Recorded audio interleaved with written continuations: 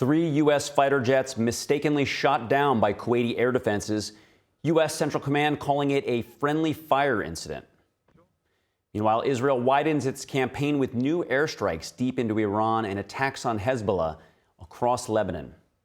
Good morning. I'm Kerry Dunst. Today is Monday, March 2nd. You're watching NTD Good Morning. We're continuing with our special coverage of Operation Epic Fury, the joint U.S.-Israel attack on Iran that's now entering day 3. Breaking this morning, U.S. Central Command says 3 U.S. fighter jets were shot down by Kuwaiti air defenses in a friendly fire incident. 6 crew members ejected safely. They're recovering in the hospital. Officials in Kuwait reporting their condition as stable. And the cause of the incident is under investigation. There's currently an ongoing threat of missile and drone attacks over Kuwait. The U.S. government is warning Americans in the country to take cover indoors.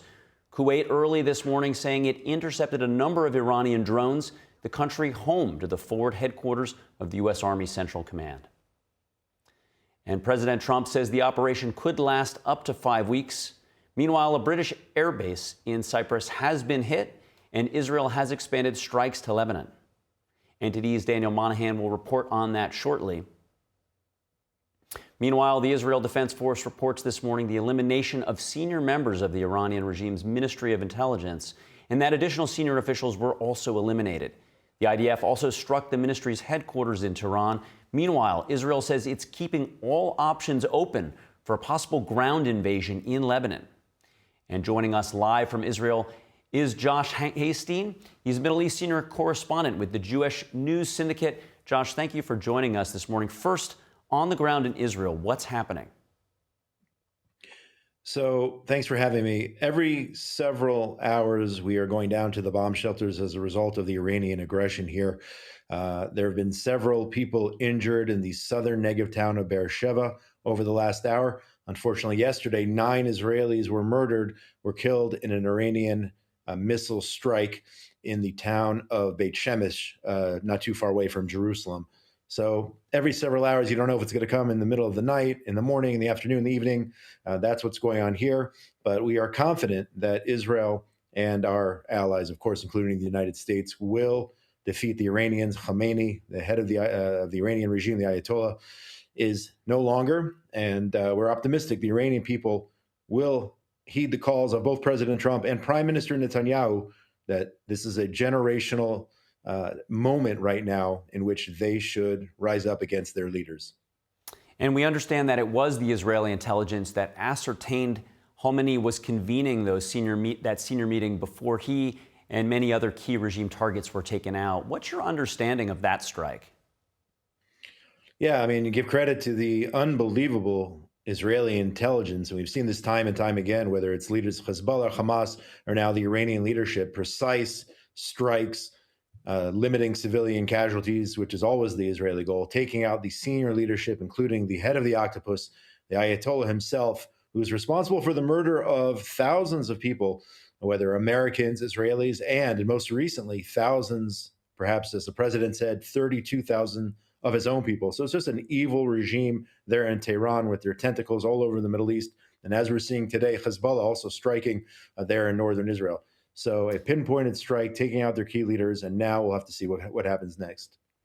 Now, we've heard about Israel's defense against these incoming rockets. It started with Arrow, then Iron Dome, then David Sling. Most recently, there's the Iron Beam. What is this latest iteration, and how is it performing? So I have unconfirmed reports that, in fact, yesterday, for the first time, from what I understand, the laser beam, the Iron Beam, was operational, taking down some of the missiles launched towards Israel, either by Iran or by Hezbollah. I mean, it's just another layer to the system which we have, which has been very effective. Unfortunately, as we said before, some of the missiles have gotten through. I don't know the percentage. They haven't released the number right now, whether it's 90%, 95% of the projectiles which are headed towards population centers are shut down. And I'm just confident at this point that the laser beam system will just add another layer of security and protection, whereas Israel protects our civilians, Iran, Hezbollah, and the others, Hamas, of course, they like to use civilians as human shields time and time again. Can you explain the iteration and the significance of using lasers as opposed to conventional weaponry? Yeah, I mean, I'm definitely not an expert in terms of the technology, but Israel over the years, as time goes on, keeps upping its technological capabilities. I mean, I don't know if this is, this is somewhere out of Star Wars, this type of system, from what I understand, the ability to actually liquidate, take down one of these missiles using laser technology. Not a scientific expert, but it's just pretty unbelievable how Israel is able to adapt using its technology, the technology at its disposal, which we do, of course, share with the United States, whether it's the David Sling or, of course, the Iron Dome. So it's just another layer of security so that our civilians don't get hurt. And to that point, Josh, you had mentioned the society is in and out of bomb shelters. One missile did cut through, and there were significant casualties. What is the sentiment on the ground? Is there fear? Is there panic? Is it calm? What is it like on the ground in Israel? So unfortunately, we've been through this before in the 12-day war against Iran. But if you look historically, Hamas started firing rockets, originally homemade rockets, at Israelis all the way back in 2001.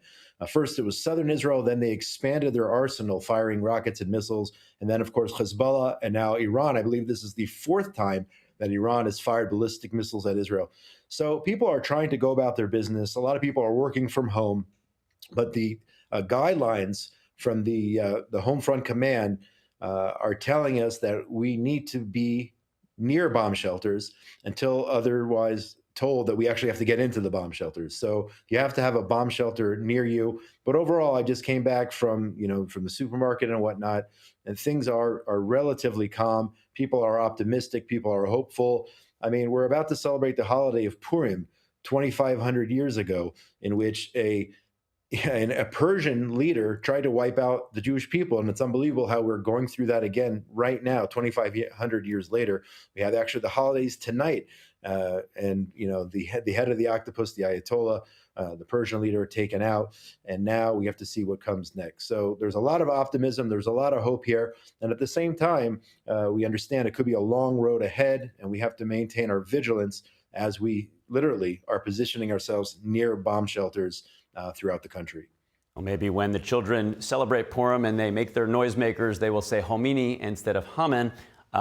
Sounds very similar. Now, many Americans saw Trump's speech announcing Operation, the operation here from the U.S. side, but not many saw Netanyahu's address. And it was quite a historic address announcing Operation Roaring Lion, the elimination of Khamenei, and signed off by saying, today more than ever, the whole world knows I'm Yisrael Chai, which translates to the people of Israel live, but it has a broader context. What does this phrase mean, and why did Netanyahu use it as he was signing off on what was very much a historic speech? I'm Yisrael Chai, the nation of Israel lives. We've been targeted by, let's call them what they are, anti-Semites for thousands of years, since we were slaves in Egypt, from the stories of the Bible, from the book of Exodus. So this is nothing new to us. But despite it all, despite, people think there's so many Jews in the world, that's not the case. I don't know what we're at today. It's 12 million, 13 million, whatever it is. And there are 6-7 billion people in the world. So we are a fraction of the population of the world community. And that being said, as you see, we're in the news all the time, where you have people like Khamenei or Hitler or all the rest of them trying to target, trying to take out the Jewish people. And time again, they fail. And we've seen it again. We've seen it throughout our history. And this time is no different. Am Yisrael Chai, the nation of Israel lives. We will thrive. We will endure. And we will get out of this situation as we have time and time again throughout history. So I think that's the prime minister. What the prime minister was trying to say, sending a message of hope that despite turbulent times, despite whatever we're going through now, literally in the bomb shelters, Am Yisrael Chai, the nation of Israel, will survive, will sustain, will live, and we will continue on our path. Yes, certainly the words chosen as people are heading to their bomb shelters, very important and significant to maintain that morale and that hope. Now, Josh, as we start to end up, I just want to get your sense of what you think the end game is for this current operation. Trump saying it could last about 4 or 5 weeks. What do you think we hope is achieved at the end of those 4 or 5 weeks? So I'm very hopeful, and I heard the president speak, and his main message was freedom, freedom for the Iranian people. So that's number one. The prime minister reiterated that as well. And Iran cannot be a nuclear threat. There were some reports even indicating that perhaps Iran was advancing towards nuclear weapons at a rapid pace. Maybe they could have even had them within several weeks. So Iran cannot be a nuclear threat to the state of Israel and, of course, to America and really to the entire global community. So I think that has to be the end goal.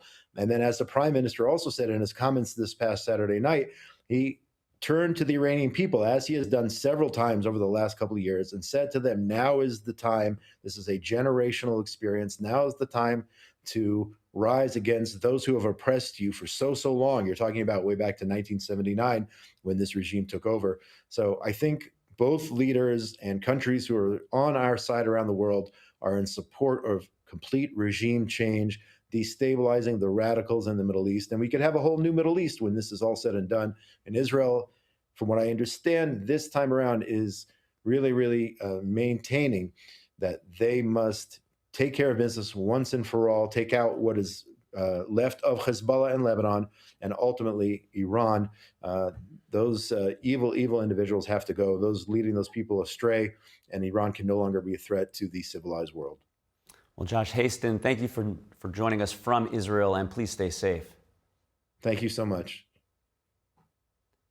And Secretary of War Pete Hegseth and Chairman of the Joint Chiefs of Staff General Dan Kane, they'll be holding a press conference later today, their first since the operation against Iran began. We'll be covering that live for you here on NTD News. Next up, President Trump says the operation could last up to 5 weeks. Meanwhile, a British airbase in Cyprus has been hit, and Israel has expanded strikes to Lebanon now. NTD's Daniel Monahan reports. President Trump telling the New York Times a big portion of Iran's naval forces have been struck, leaving the country substantially weakened. Trump says it's too early to make any commitment regarding future leadership in Iran, adding that operations are quite ahead of schedule. The president says it's ultimately up to the Iranian people to overthrow the current regime. He also suggested a Venezuela-type arrangement as one possible scenario. Following Nicolas Maduro's ouster in Venezuela, the country's Supreme Court appointed Vice President Delcy Rodriguez as interim leader, who later signaled willingness to cooperate with Washington. Trump called that the perfect scenario, adding he has 3 very good choices, but would not elaborate, saying, "Let's get the job done first." Exiled Iranian Crown Prince Reza Pahlavi telling CBS's 60 Minutes that he stands ready to lead Iran's transition to democracy. They trust me as a transitional leader, not as the future king or future president or future whatever. Pahlavi is the son of Shah Mohammad Reza Pahlavi, the monarchist leader of Iran who was ousted in the 1979 Islamic Revolution. Meanwhile, Ali Larijani, a senior Iranian security official and former Revolutionary Guards member, announced that an interim leadership council would be formed until a successor to Iran's supreme leader is chosen. He also rejected talks with the United States, writing on X today, "We will not negotiate with the United States." British Prime Minister Keir Starmer saying yesterday that his country has accepted a U.S. request to use British bases for defensive strikes against Iranian missiles in storage depots or launchers. We have taken the decision to accept this request to prevent Iran firing missiles across the region. Starmer emphasized Britain was not involved in the joint U.S.-Israel airstrikes on Iran. But Iran is striking British interests nonetheless, and putting British people at huge risk, along with our allies across the region. Starmer says British fighter jets were already taking part in coordinated defensive operations and had intercepted Iranian strikes, and a drone strike hit a British Royal Air Force base in Cyprus overnight. The island's president and Britain's defense ministry saying today the strike caused limited damage and no casualties. I want to be clear. Our country is not participating in any way and does not intend to be part of any military operation. We remain committed to the humanitarian role we have served throughout this time. While the bases are regarded as British sovereign territory, Cyprus itself is an EU member, now holding the bloc's rotating presidency. Israel launching new airstrikes today, targeting sites in Iran and expanding operations to include Iran-backed Hezbollah in Lebanon. Overnight, the IDF carried out retaliatory strikes against several Hezbollah targets in Lebanon. including command and control centers, launch sites, and senior terrorists. We were ready for this. As part of the preparations for our operation in Iran, the IDF prepared for an attack from Hezbollah, allowing us to carry out a swift response. As I am speaking right now, our aircraft are striking targets in Iran, including Tehran, such as underground bunkers of the terror regime. We are operating to eliminate any threats to our civilians, and will continue doing so. Hezbollah is entering a fight it cannot win. Lebanon state news agency reports at least 31 people killed and 149 injured in initial strikes. Israel says senior Hezbollah terrorists were among the targets. Hezbollah says it launched missiles and drones toward Israel in retaliation for the killing of Iran's supreme leader, Ali Khamenei. And Tehran says it has launched a new wave of missiles toward Israel. Air raid sirens sounded this morning across the country, including in Tel Aviv and Jerusalem. Daniel Monahan, NTD News. And thanks to Daniel for that report. Operation Epic Fury generating a flurry of congressional responses, while Senate Minority Leader Chuck Schumer calls on the Senate to return to session early to vote on a war powers resolution. Congressman Mike Lawler says President Trump is in full compliance with both Article 2 and the War Powers Act. Meanwhile, Senator John Fetterman and a few other Democrats, they're breaking ranks with their party. They're praising Operation Epic Fury. NTD's Washington correspondent Mari Otsu brings us more. Here at the White House, they're flying the POW MIA flag beneath the American flag here in honor of the 3 servicemen killed in Operation Epic Fury and the 5 others who are seriously injured. But America will avenge their deaths and deliver the most punishing blow to the terrorists who have waged war against basically civilization. President Trump addressing the nation for the second time since the beginning of Operation Epic Fury, saying that combat operations will continue until the U.S.'s objectives are achieved. And sadly, there will likely be more. Before it ends, that's the way it is. Likely be more, but we'll do everything possible where that won't be the case. Meanwhile, the operation sparking a flurry of congressional reactions. Some lawmakers, Thomas Massie, Ro Khanna, Rand Paul, Senate Minority Leader Chuck Schumer, are calling for Congress to reconvene early this week to vote on a war powers resolution. Meanwhile, House Speaker Mike Johnson and Senate Majority Leader John Thune defending the strikes, pointing to Iran's long history of aggression. However, some Democrats are breaking party lines and backing Operation Epic Fury. There's now an opportunity for peace in Iran. And for freedom in Iran. And that's why people are celebrating around the world and in our country because they recognize that. And that's one of the things that's so significant about this campaign. And I think that's critically important. It's fighting terror. It's fighting nuclear weapons. It's fighting, of course, ballistic missile attacks around the world. But it's also a great sign of democracy and freedom for the people in Iran. Senator John Fetterman also backing the operation and rejecting the war powers push. Now, have people ever read the War Powers Act? You know, what's required of the president is to provide 48 hours of notification, and then he or she have 60 days, up to 90 days to withdraw those troops, you know, before Congress approves that. Neither of those have been activated.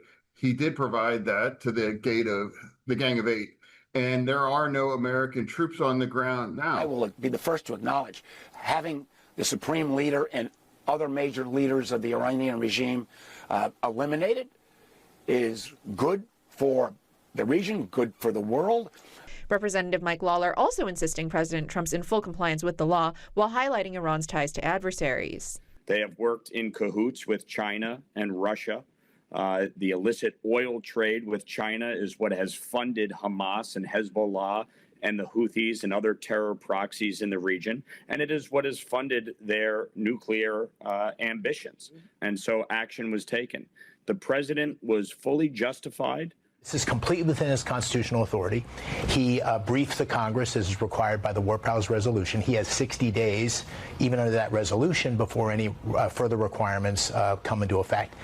And what we need to focus on now is continuing to support these great young Americans that are carrying out this extraordinary mission. Florida Representative Maria Salazar spotlighting the hopeful tone in President Trump's address to the Iranian people. Quote, "To echo President Trump, this is a historic moment for the Iranian people. The hour of your freedom has come.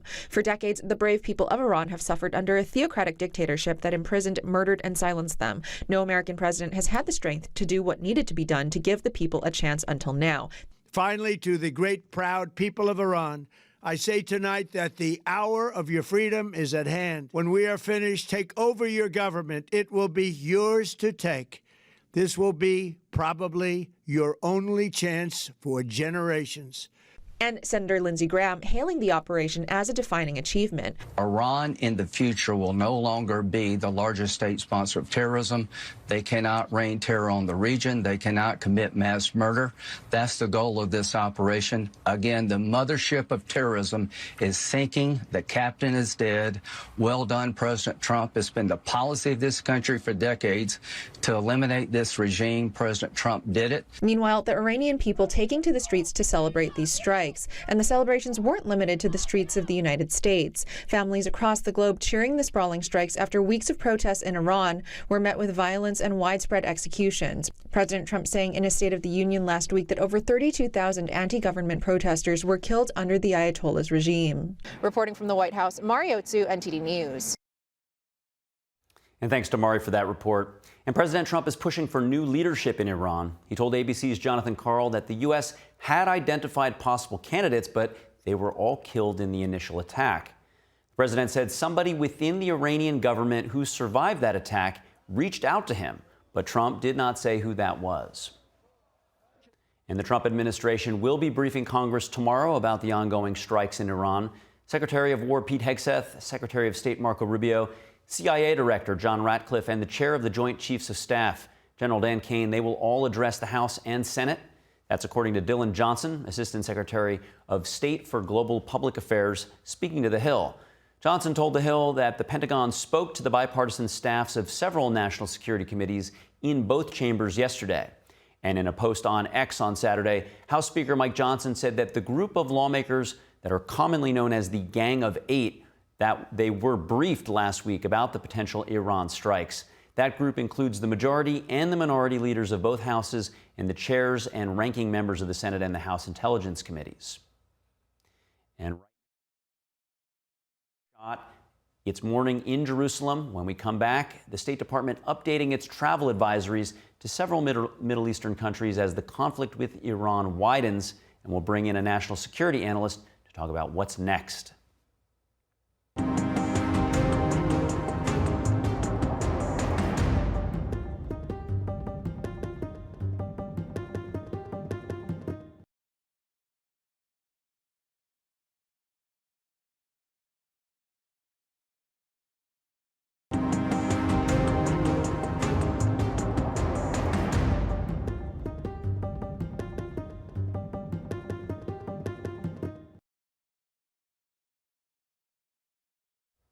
Welcome back to our live special on the breaking situation in Iran. I'm Carrie Dunst. Joining me now live is Brandon Weichert. He's a senior national security editor at 1945.com. He's also author of The Shadow War, Iran's Quest for Supremacy. Brandon, good to see you. When we spoke on Friday, you were quite convinced that the U.S. was going in, though you had concerns about Iran's ability to counterpunch. Now we're in day 3. What's your initial assessment of the commencement of the joint Epic Fury and Roaring Lion?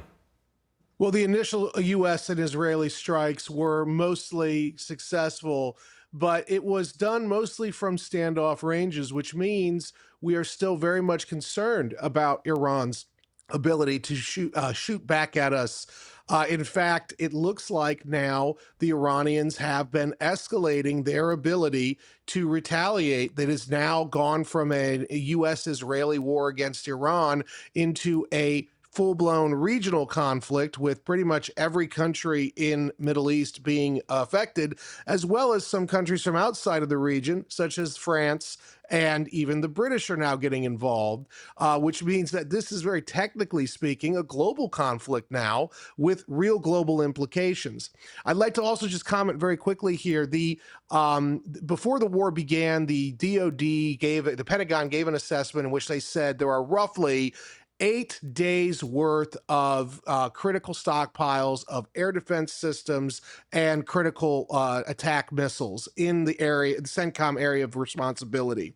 We are now on day, I think, 3 now, or almost day 3, which means by next Sunday, next Monday, it is likely that the U.S. military and Israelis will have to pull stockpiles from the Indo-PACOM area of responsibility, which is the part that deals with China, back into the Middle East, which will leave our people in the Asia-Pacific, the Indo-Pacific, it will leave them in a weak position, not able to fully deter China. So there's global implications there. Right now, it looks like the Iranian regime has survived. We've gotten about 40 leaders, top leaders, including the Ayatollah, which is good for us. But ultimately, the regime has not crumbled. There has not been a popular uprising. And the longer this thing lasts, given the timeline we have of depletion, the Iranians, all that regime has to do is survive. And we have to try to basically achieve regime change, get rid of the nukes, and get rid of those ballistic missiles. So I would argue right now, as long as the Iranian regime continues hanging on, they're technically winning. Even though we're doing a lot of damage to them. And that is, I think, the real story here that people aren't talking about. Yeah, so as you say, we're going into day 3. If it goes beyond, you said, day 8, we will have to pull in munitions from other theaters. Yes. President Trump said it would take 4 to 5 weeks, and he warned of potentially more casualties. So what is your expectation as we get to that 8-day threshold? What could be done to turn that tide? Yeah. Well, it's important to note that Trump's people have also been talking about there would be sort of these pauses over the 4 weeks, which indicates to me that our logistics people are going to be sort of trying to stretch out what we have and then start pulling in the stuff from Indo-PACOM. And that's really the last big stockpile we have available before we have to start trying to rush production at home. And so I would imagine that, yes, the plan is probably for 4 weeks with these these off-ramps built in, but I just want to make sure everybody understands the operational tempo right now in the Middle East means that we're going to be blowing through these stockpiles a lot faster, I think, than what even the White House was anticipating. This is a real crisis here, which is why, by the way, the Joint Chiefs of Staff Chairman Dan Kane was trying to warn the president on Friday that there are real downside risks here. Ultimately, right now, I would argue that obviously, yes, the U.S. has been able to interdict and has been able to do what it wants to do, killing those leaders and whatnot.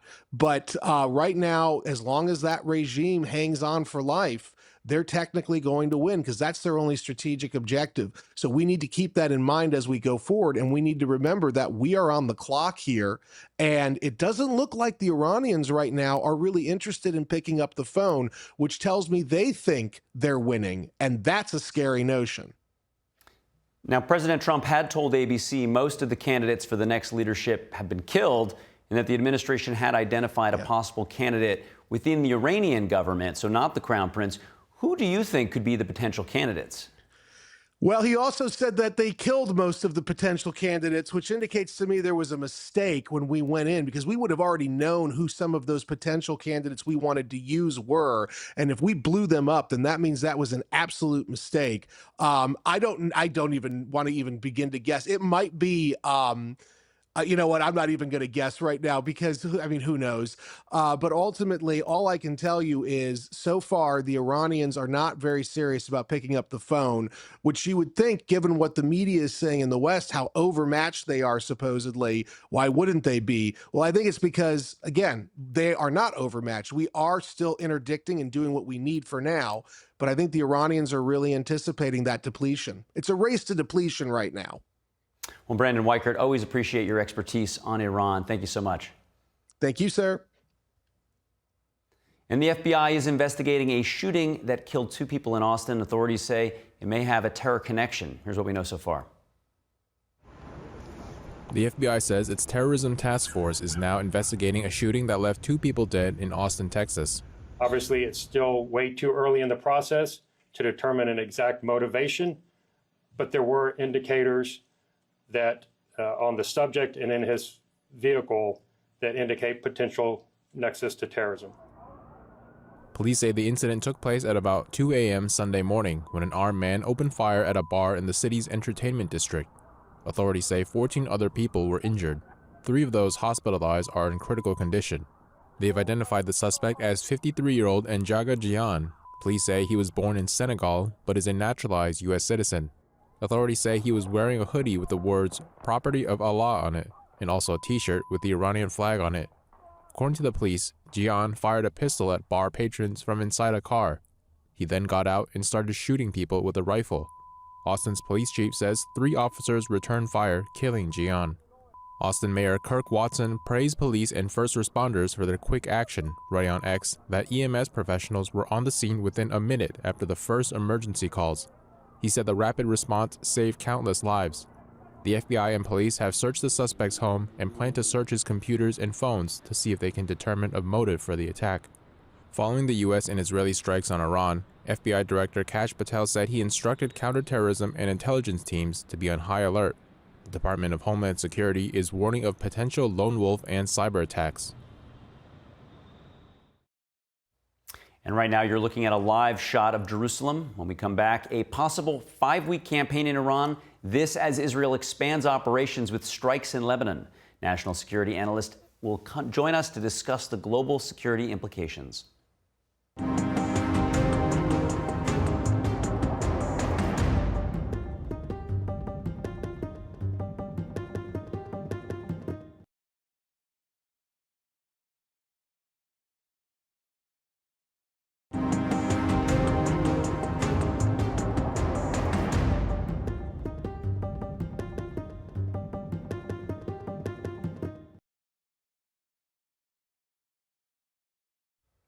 And welcome back to our live special on the breaking situation in Iran. I'm Kerry Dunst. 5 Persian Gulf nations claim they have collectively shot down more than 1,500 Iranian missiles and drones. The United Arab Emirates bearing the brunt of the Iranian attacks. Iran's retaliatory strikes led to at least 3 deaths in the UAE, 1 death in Kuwait, and 5 in Syria. The UAE Ministry of Defense called the attacks a blatant violation of national sovereignty and international law, warning UAE would take all necessary measures to protect its territory, citizens, and residents. Numbers are fluid at this point, but as of Sunday, 6 p.m. Eastern Time, that's 2:30 a.m. March 2nd in Iran, the UAE had knocked down around 165 ballistic missiles, 2 cruise missiles, and more than 540 drones. Kuwait's military shot down nearly 100 missiles and almost 300 drones during the first 36 hours of the conflict. No casualties were reported at the U.S. and U.K. bases. The U.S. is now using U.K. bases across the Middle East, including its large airbase in Cyprus, to strike Iranian missile launchers. And the State Department is updating travel guidelines for a number of Middle Eastern countries following these Iranian strikes. It has designated Iran, Iraq, and Lebanon as level 4. That's the highest category of danger. It's advising Americans against traveling to these countries for any reason.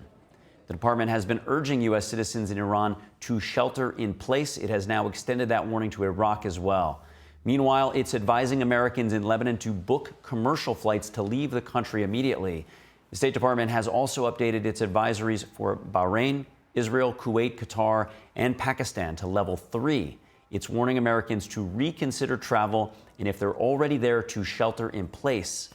Egypt, Jordan, Oman, Saudi Arabia, and the UAE have been designated level 2. Americans are advised to exercise increased caution when traveling to these countries. Those who are already there are also advised to shelter in place or exercise caution. The U.S. and Gulf countries have strongly condemned Iran's strikes in the region. In a joint statement yesterday, they said the Islamic Republic's actions represent a dangerous escalation that violates the sovereignty of multiple states and it threatens regional stability. And tensions in the Middle East are escalating, as we just said. U.S. and Israeli forces continue operations in Iran. For analysis on the latest developments, we welcome Rebecca Grant. She's vice president of the Lexington Institute, as well as a national security analyst. Thanks for joining us this morning, Rebecca. Welcome. President Trump suggested the U.S.-Israeli campaign in Iran could last 4 to 5 weeks. From a strategic perspective, how realistic is that timeline, and what are the implications if it extends beyond that? It all depends on the 2 major target sets, and that would be the Iranian ballistic missile complexes, and that's a target set that's spread all across the country. And then, of course, the remaining leadership targets. Although there's been great success here, and of course, the historic death of Ayatollah Khamenei, Central Command has released information that they are working hard to target other IRGC leadership, their aerospace forces, And going after some of those targets and gotaways could be another rate determining step. Meanwhile, while the offensive campaign is going on and it's going very well, as we see, the U.S. and allies are also playing zone defense against Iran's drones and ballistic missiles, and we've got to keep that up. Yeah, as you say, you know, there's like a very momentary pat on the back for getting Khamenei, and it is quite significant. But the barrage that's going to Israel and to all of the Gulf countries, it is quite concerning. Trump also mentioned the possibility of a Venezuela-style leadership transition in Iran, as opposed to potentially what people are looking for, which is the crown prince to assume this 180-day plan. What would it look like if it's more like a Venezuela-style transition? Well, in that case, it might be, and this is just speculation, but an individual like President Pezeshkian, who may be of a more reasonable frame of mind. I think what President Trump says there is that he's always willing to talk, once the Iranians stop shooting, and that there may be officials in Iran that the U.S. and allies could work with. And I think that really tells us this is not a boots on the ground. There is not going to be a ground invasion. And the major metric for the United States for increasing our security and safety is to carry out the complete destruction of Iran's military capabilities. That's really what Operation Epic Fury is going to be judged on. That's the metric that we need to watch. Then Iran's going to have a chance, and it will be up to their people to decide what the new day for Iran looks like. Yeah, and how has the widening involvement of regional and Western actors such as Hezbollah, engagement from Lebanon, as well as European defense responses, how has that changed the nature of the conflict? Well, Hezbollah violated their ceasefire, and Israel will take out their missile launchers as a result. What's impressive now, of course, is the new involvement of Great Britain. They have allowed their bases at Diego Garcia and at Akrotiri in Cyprus to be used for staging of the operations against Iran's ballistic missile capabilities. Also very important, the United Kingdom has fighter jets based out of Qatar that are helping with the air defense. They've already shot down one Iranian drone. And to paint this picture for you, we don't have a lot of details, but there are fighter jets from the Eastern Mediterranean right through to the North Arabian Gulf, providing 24/7 patrols over our key bases, over Gulf states, including, I'm pretty sure, their own air forces, and of course out over our Navy ships as part of the CAP, or Combat Air Patrol. They are there to intercept drones, to track missiles, and of course our Navy destroyers to shoot down those missiles too. We hear that France may be joining in this as well. And, the decision by Iran to shoot wildly at U.S. forces and at Gulf state civilian targets has really changed the game and brought in other regional players to put pressure on that despised nation and regime. Yeah, and then, of course, there's the military component, which you're describing, which was maybe they took the bait and they should have focused their efforts and not brought those other countries into the fold, and now they're really sort of isolated. But there's the economic concerns, which, of course, that could turn the tide politically. I saw at the pump no change in gas prices, still well under $3 in Connecticut, where I am, but including the impacts of shipping through the Strait of Hormuz and the oil markets, how do you assess the geopolitical fallout beyond this initial wave of military engagement? Right. Well, I looked at the price at the pump last night, too. And again, no change, but I might go fill up my pickup truck. The question is, we've seen oil at $80 to $90 to $100 a barrel before. This would be temporary. Oil prices have been pretty good.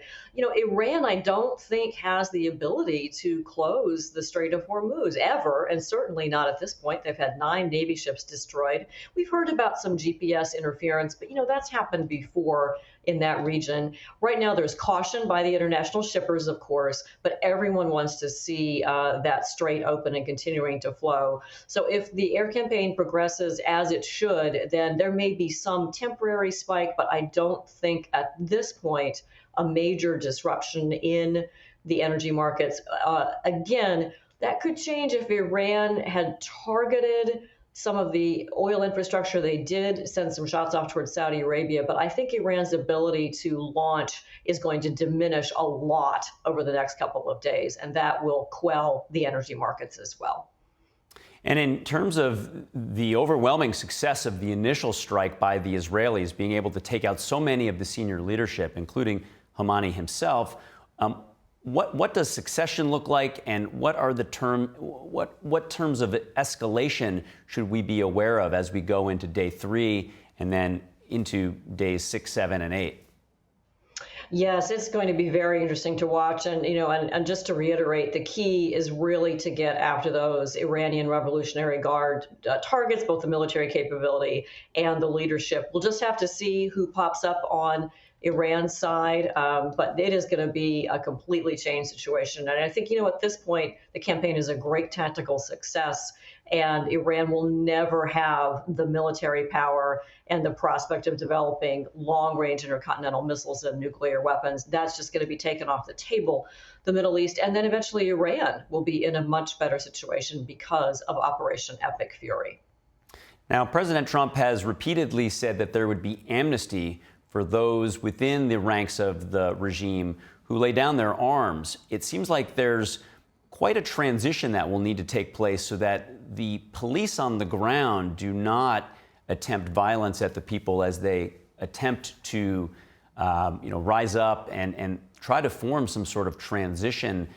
What might be that tipping point? And is it linear in respect, like where you saw the Berlin Wall fall and then all of a sudden it's a new day, or what might it look like? I think the Berlin Wall is probably a good comparison because it seems impossible and overwhelming, and then suddenly there it is because the people want that to happen. This is a regime that killed over 32,000 of their own people. The economy has been terrible. The Iranian people are better than that regime. And so I think they have already thought a lot about what they want their country to look like. We may not see the final form of it for a while, but again, America's task is to take away Iran's military capability and give that country a chance. It's up to the people of Iran to shape their political and economic future. Now, it seems as if Israel had assets on the ground or some type of, their version of the CIA to be able to figure out that there was an opportunity.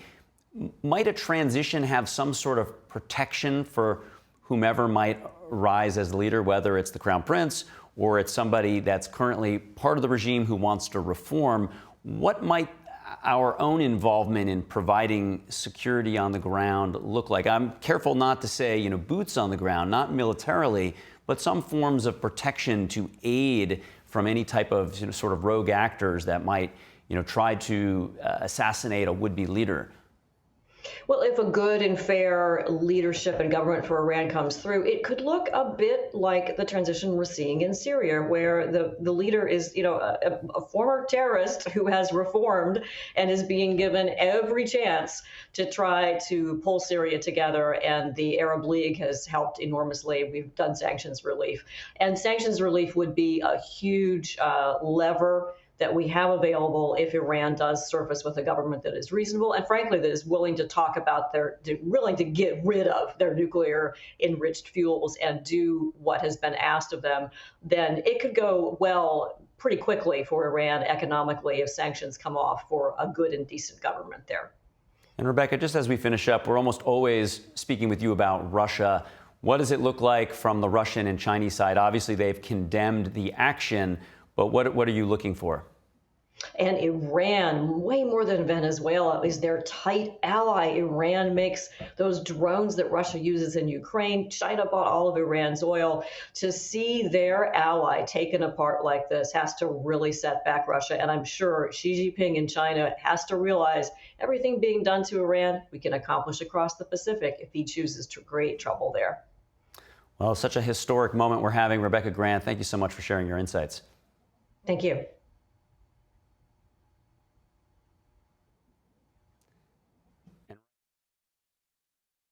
When we come back, oil prices surging after Iranian strikes disrupt shipping traffic in the critical Strait of Hormuz. Yes, and this is a live shot of the press conference. We're expecting Pete Hegseth to join, and we'll have that as soon as he's available.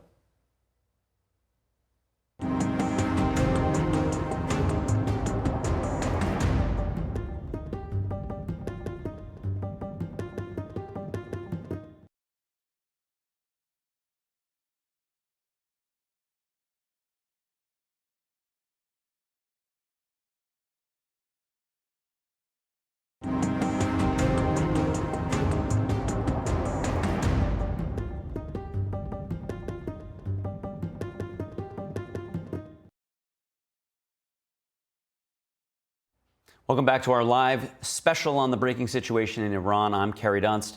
U.S. Central Command this morning said a fourth service member has been killed in action after getting seriously wounded during Iran's initial attack. CENTCOM added that the identities of the fallen are being withheld for 24 hours after their next of kin is notified. Meanwhile, U.S. and Israeli forces continue coordinated strikes against Iran, targeting military command infrastructure, as world leaders voice support and Tehran launches counterstrikes across the region.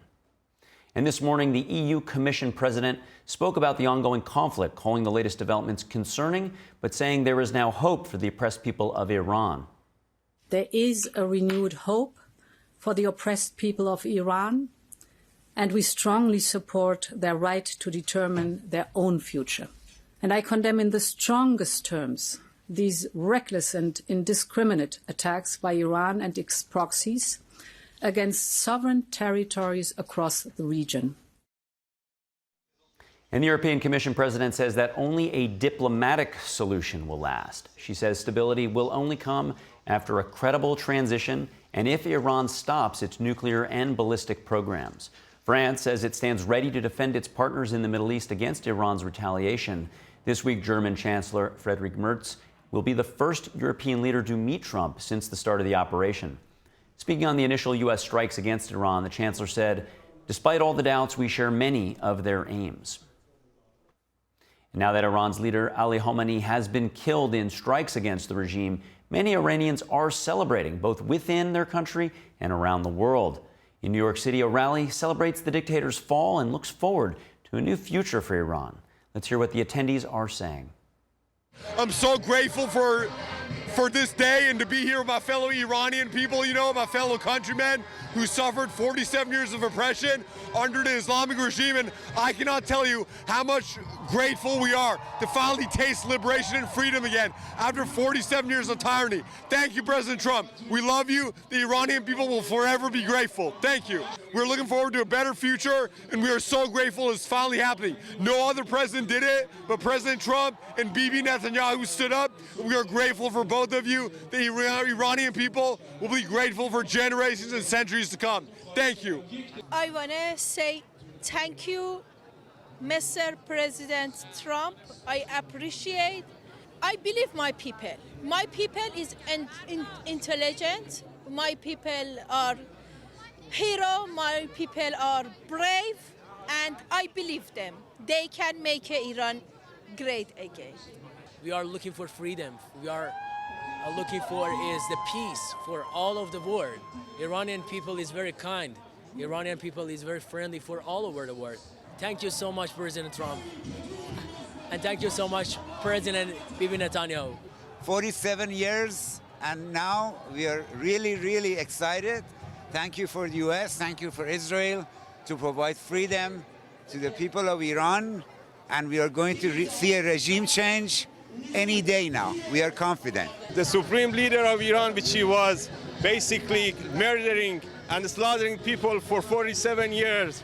So he's out. So we're happy. We came here to celebrate. We also came here to say thank you to Mr. Trump. Thank you to U.S. forces. Thank you to Israeli forces for helping the Iranian people to make this happen. So the job is not finished yet. We need to change the regime. And obviously when the time is ready to come, we're going to come back to the street and we're going to take over back our government. We are here to show the world that Iranian people inside of Iran, they're happy, they're dancing, don't worry about them. They want war. They want war. This war is not with the Iranian people. This war is with the Iranian regime. I'm here for 10 years. I haven't seen my family. We contact with them, but there's the internet shut down. We can't talk to them. It's a lack of the communication. I want a message for New Yorkers or Americans actually. So the regime of Iran killing tons of Iranians, like thousands of them, over 50,000 people.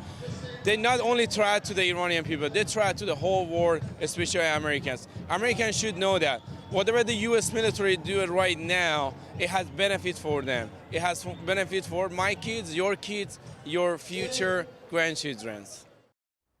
And we'll be right back with the live press conference from Secretary of War Pete Hegseth and Chairman of the Joint Chiefs of Staff, General Dan Kane. Stay tuned.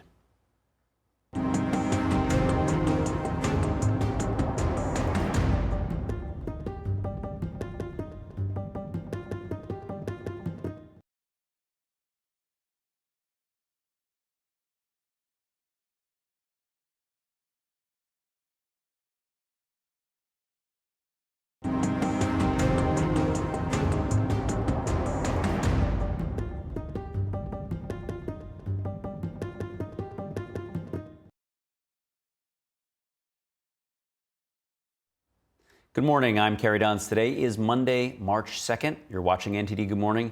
We're continuing with our special coverage of Operation Epic Fury, the joint U.S.-Israel attack on Iran that's now entering day 3. Secretary of the Joint Chiefs of Staff General Dan Kane will be holding a press conference very soon, and here we have Pete Hegseth, so we're going to go to him live now.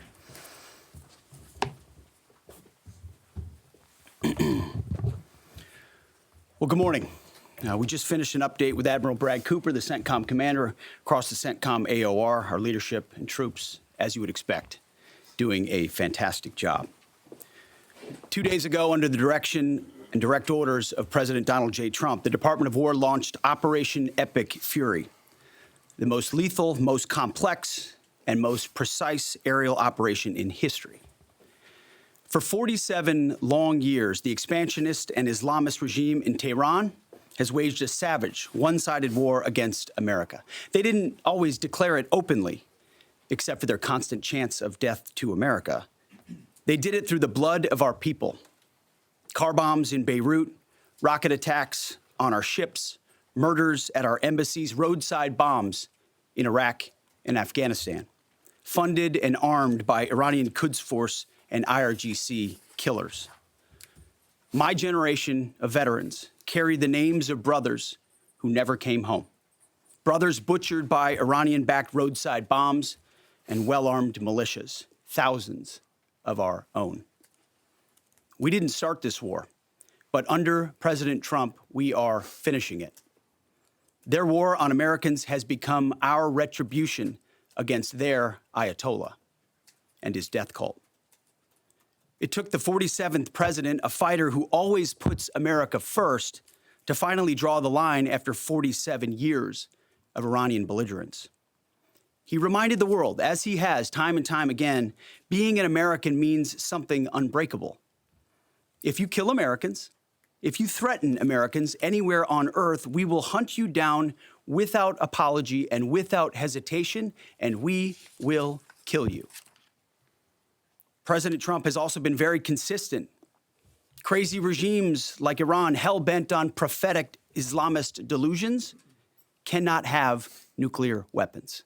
It's common sense. Many have said it, but it takes guts to actually enforce it, and our president has guts. Iran's stubborn and self-evident nuclear pursuits, their targeting of global shipping lanes, and their swelling arsenal of ballistic missiles and killer drones are no longer tolerable risks. Iran was building powerful missiles and drones to create a conventional shield for their nuclear blackmail ambitions. Let me say that again. A conventional shield for their nuclear blackmail ambitions. Our bases, our people, our allies, all in their crosshairs. Iran had a conventional gun to our head as they tried to lie their way to a nuclear bomb. It almost worked under Obama and his terrible deal, but not under this president. Turns out the regime who chanted death to America and death to Israel was gifted death from America and death from Israel. This is not a so-called regime change war, but the regime sure did change, and the world is better off for it. Today, in their desperation, the enemy is unmasked as Iranian missiles and drones rain down indiscriminately on the hotels, airports, apartments, and other civilian targets of their neighbors. Cowardly terrorist tactics from a regime that for decades has trafficked in cowardly terrorist tactics, lies, death, and destruction to this day. The Iranian leadership has built nothing except proxies and missiles and drones and deeply buried nuclear factories and facilities. Peaceful nuclear ambitions do not need to be buried underneath mountains.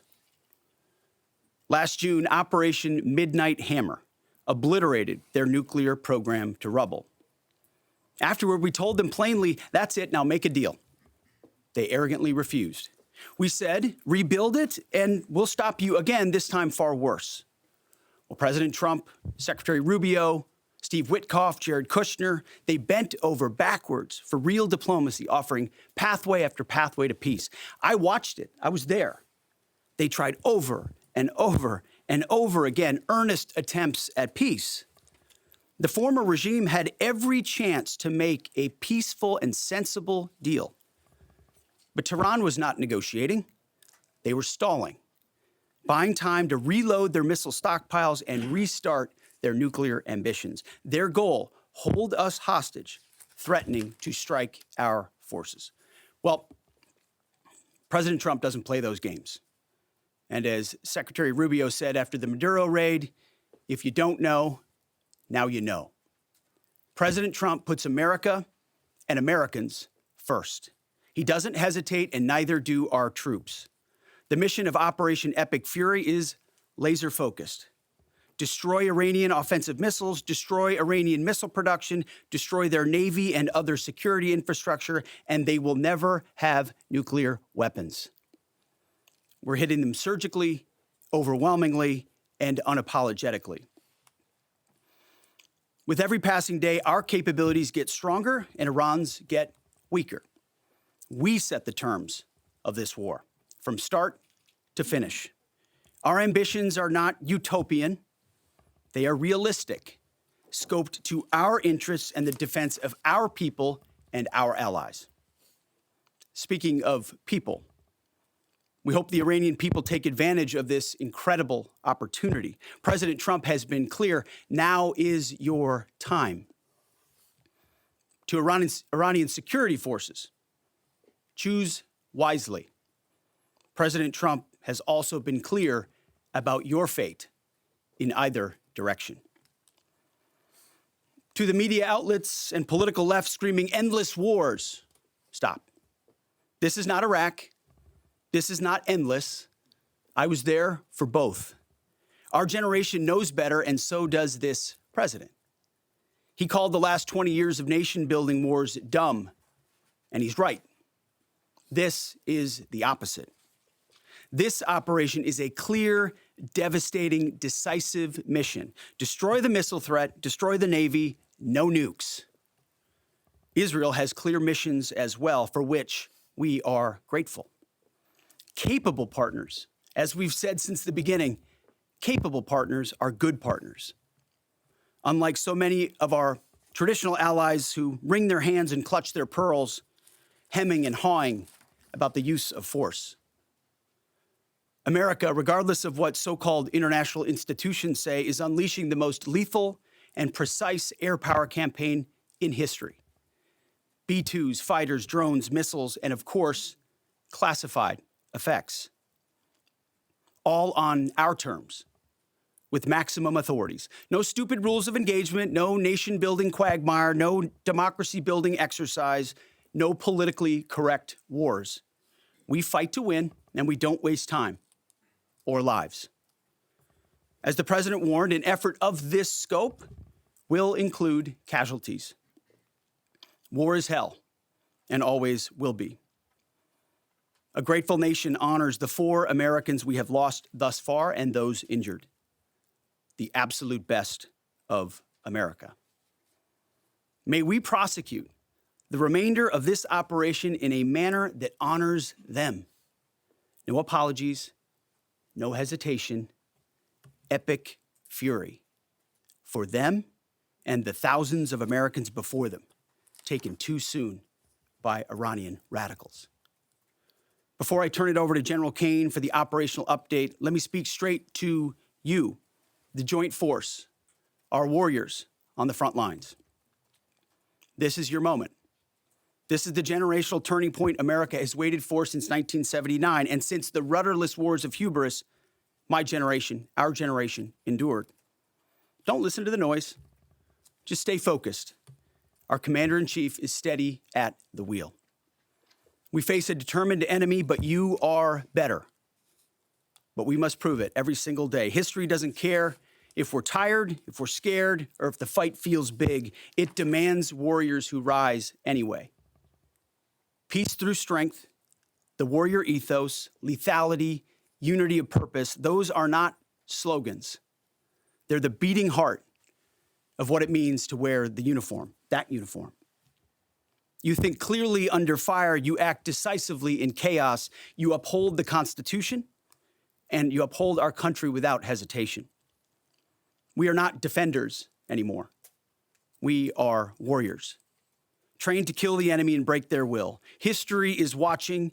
Be the force you swore an oath to be: focused, disciplined, lethal, and unbreakable. We will finish this on America First conditions of President Trump's choosing, nobody else's, as it should be. And know this above all, President Trump and I have your back, always. Through fire, through criticism, through fake news, through everything. We unleash you because you are the best, most powerful, most lethal fighting force the world has ever seen. May Almighty God watch over you and his providential arms of protection extend over you. Godspeed, warriors, and keep going. General Kane, over to you. Thank you, Mr. Secretary, and good morning, everyone. The purpose of my portion of the briefing today is to update you and the American people on the actions taken thus far. The briefing will discuss the preparation, the planning, setting the force, the early operations, and how we're assessing the progress thus far. So let's get started. On Saturday, 28 February, at 01:15 Eastern Standard Time, 9:45 a.m. local Tehran time, on the orders of the President of the United States, U.S. Central Command, under the command of United States Navy Admiral Brad Cooper, commenced Operation Epic Fury. As I said, I'm going to walk you through the initial phases of the operation. But first, I want to express my deep condolences and the condolences of the Joint Force to the Department of War personnel killed and wounded in actions thus far. As the Secretary said, they're heroes and represent the best of our nation has to offer. They're true examples of what selfless service means. Our deepest and heartfelt condolences are with their families, their friends, and their units. We grieve with you, and we will never forget you. Additionally, I stand here before you today grateful for each service member, planner, logistician, operator across our joint force, for our Department of War civilians, our intelligence community teammates, our interagency teammates who continue to stand in harm's way alongside us. I am proud of all of you as you take the fight to the enemy, and we are the best in the world at integrating, period. I want to extend my personal gratitude to the dedicated commanders and senior enlisted leaders and the enlisted members of the Joint Force who are fighting this fight across the CENTCOM AOR. In addition to Admiral Cooper and Fleet Master Chief Compton, I want to highlight a few today. U.S. Army Central Command Commander Lieutenant General Pat Frank, who, along with his team, are fighting the counter-missile and counter-drone fight. United States Navy Central Command Commander Vice Admiral Kurt Renshaw and his team, who are engaged with the Iranian Navy and projecting American naval combat power from the seas. And United States Air Force Central Command Commander Lieutenant General Derek France and his leadership team, who are crushing Iranian targets from the air. I want to highlight the support to the CENTCOM fight from other combatant commands who are directly involved with this effort, to include U.S. Spacecom, U.S. Cybercom, and U.S. UCOM. I also want to specifically call out United States Transportation Command and U.S. STRATCOM for their contributions to this fight. We cannot project American combat power at the time and place of our choosing without both. And finally, I want to express how deeply thankful I am for the continued service and sacrifice of the entire Joint Force and their families.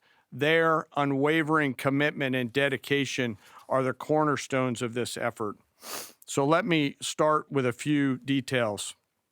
First, to be clear, as the Secretary said, this is not a single overnight operation.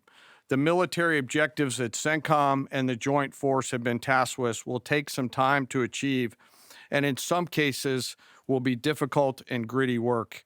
We expect to take additional losses, and as always, we will work to minimize U.S. losses but as the Secretary said, this is major combat operations. So let me talk about the preparation and the planning. On February 28th, the full strength of America's armed forces came together in a unified purpose against a capable and determined adversary.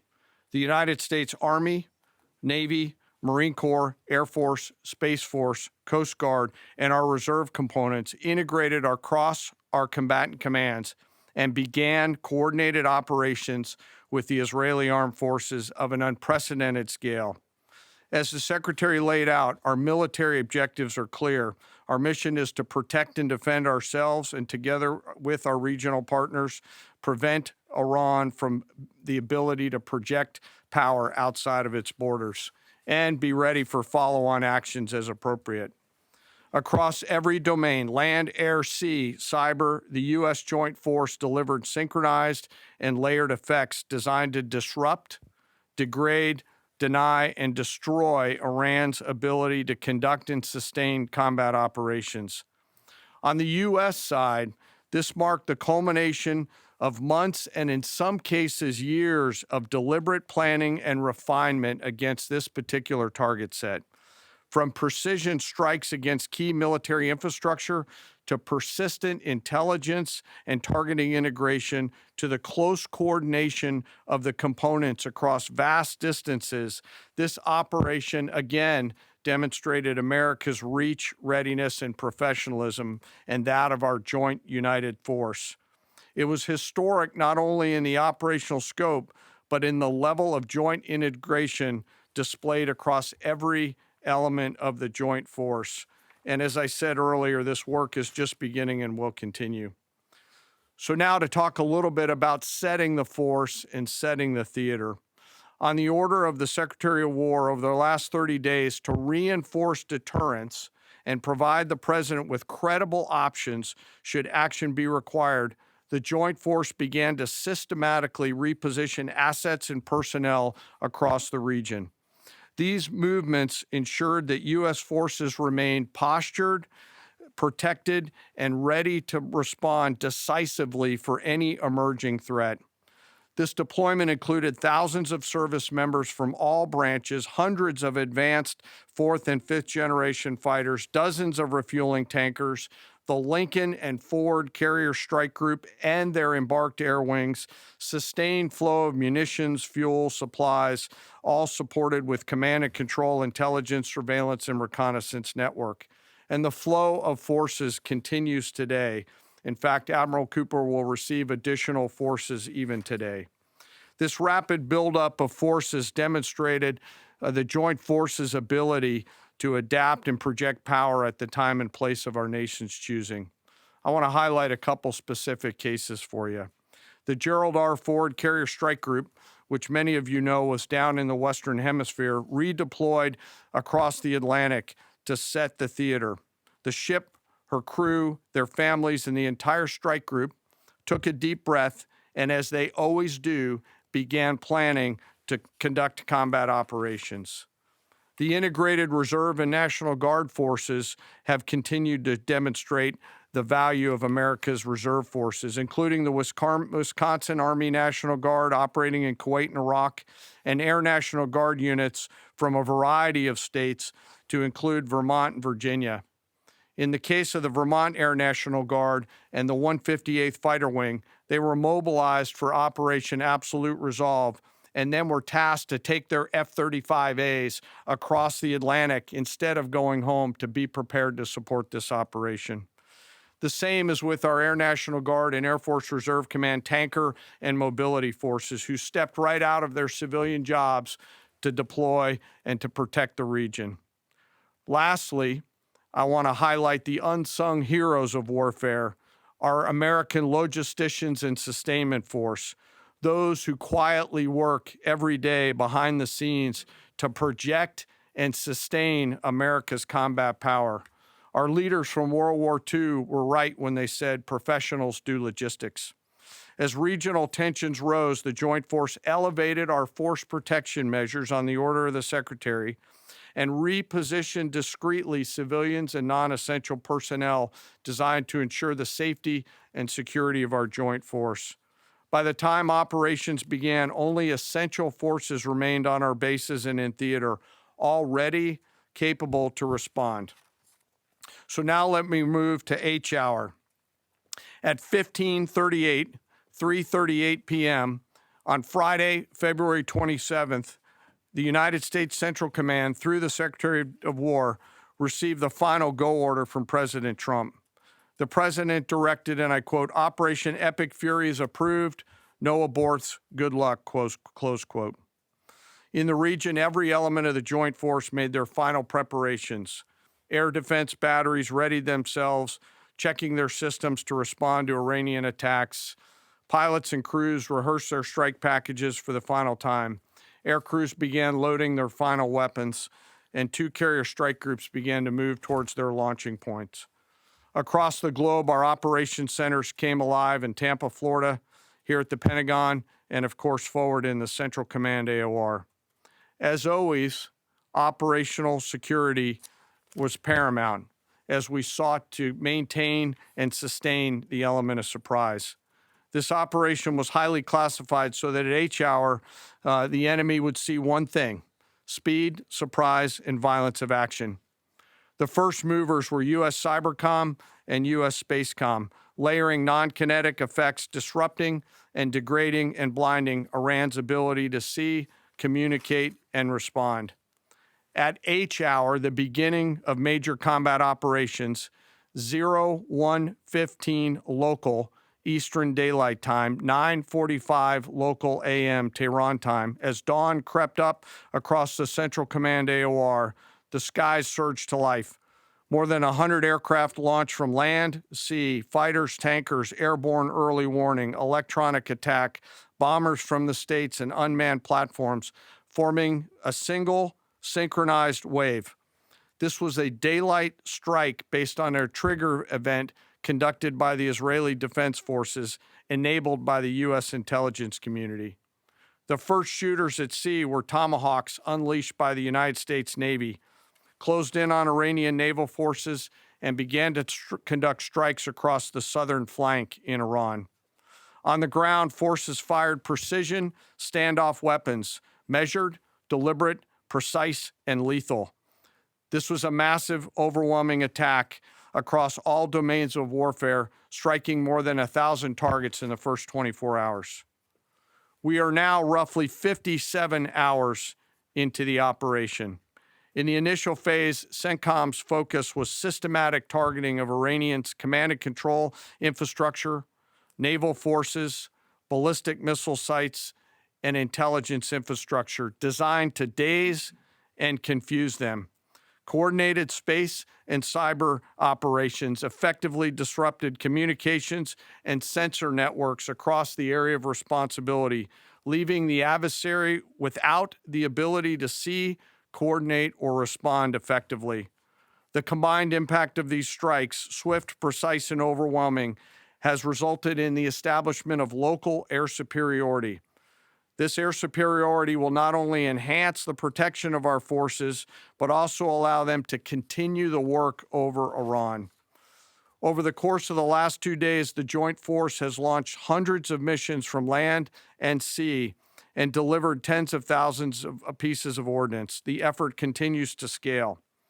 This included American B-2 bombers, which again, similar to Midnight Hammer, flew a 37-hour round-trip sortie from the continental United States, dropping precision, penetrating munitions on Iranian underground facilities across the southern flank and slightly deeper. Additionally, Israel has separately executed hundreds of sorties against hundreds of targets. Beyond Air Force and Navy aircraft strike packages, coordinated salvos of precision standoff weapons from across the region have neutralized hundreds of pre-planned targets. As I mentioned earlier, in support of these kinetic operations, U.S. Cybercom and Spacecom have continuously layered effects to disrupt, disorient, and confuse the enemy.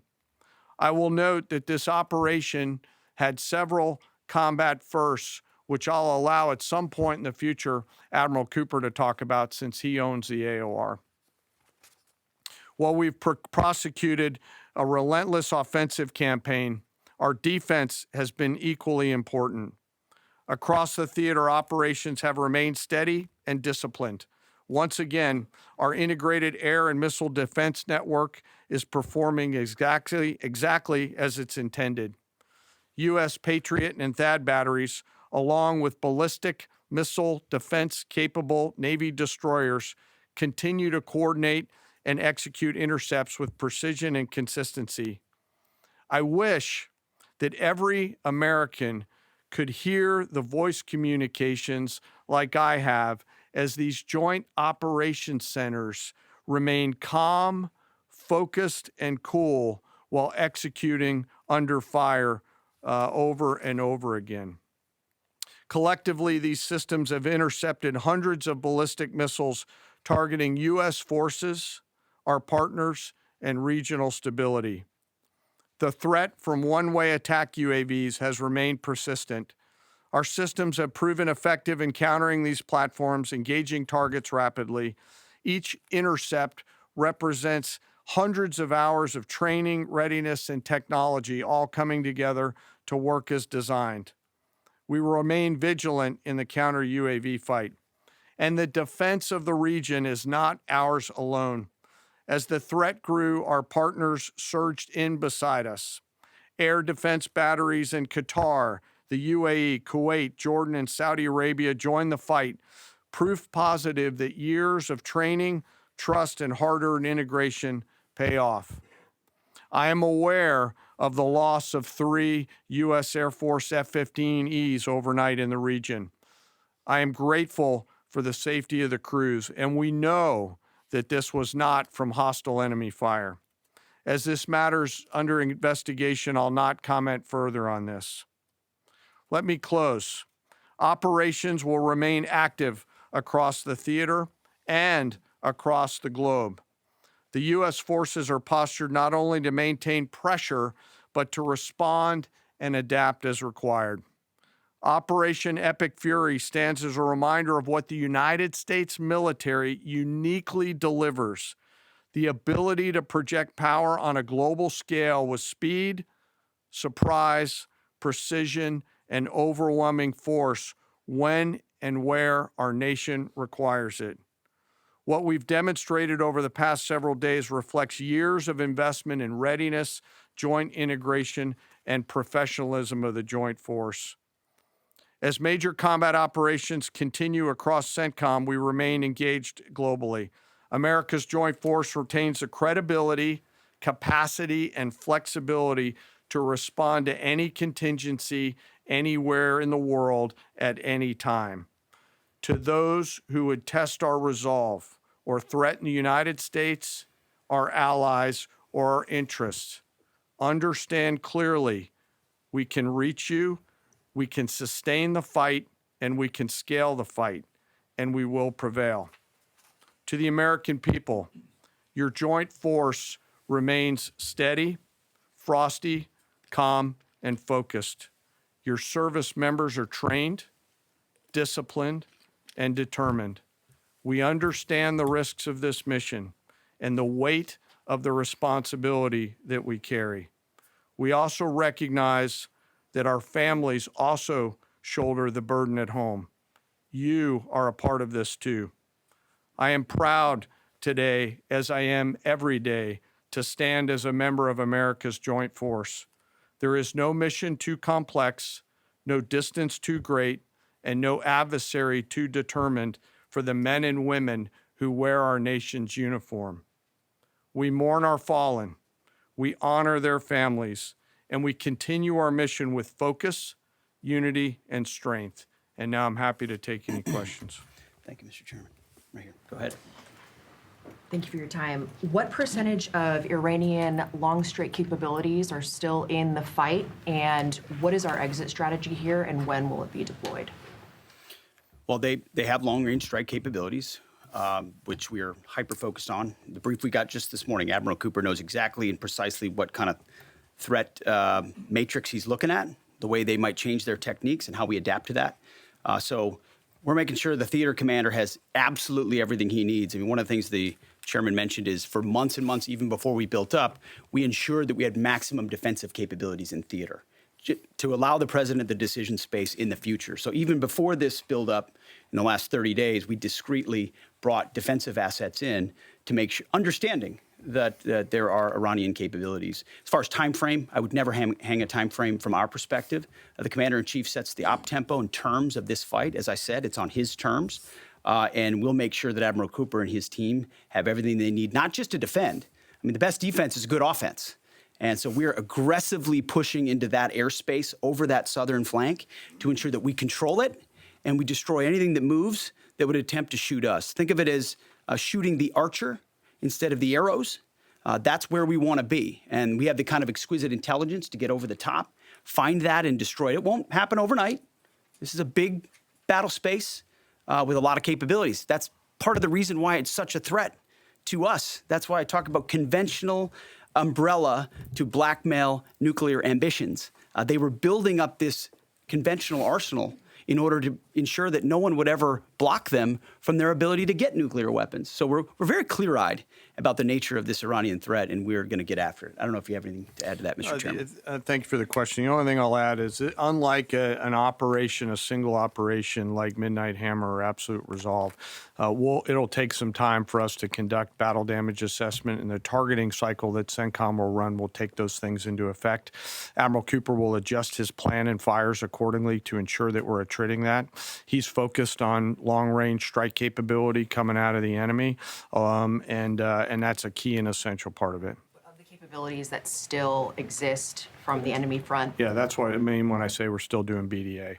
Normally we'd be able to see a singular thing and we'd assess pretty quickly. He's doing offense and assessment simultaneously, so it'll take longer for us to assess than it would in a single operation. Secretary Hegseth, thank you. Reagan Reese with the Daily Caller. 2 questions for you. The president said yesterday in his video message that we will leave Iran when we complete all of our objectives. What are our objectives? And can you share more information on how the soldiers who were killed were killed?